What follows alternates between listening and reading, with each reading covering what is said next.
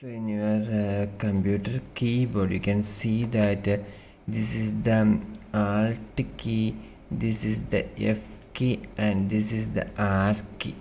So you must press this alt key and F key, these two keys at the same time, and after that you can press this R key also.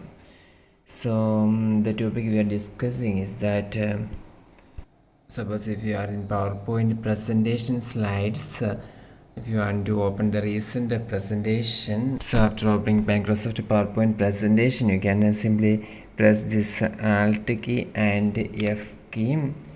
Then you can see that you will go to a page like this, and from here if you want to go to the recent you must once again press this R button also.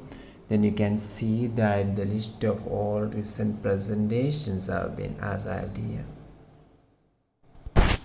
And suppose if you want to download this presentation number 6, then you can simply click this 6 in your keyboard. Then you can see that that presentation slide arrived. For more videos you can subscribe.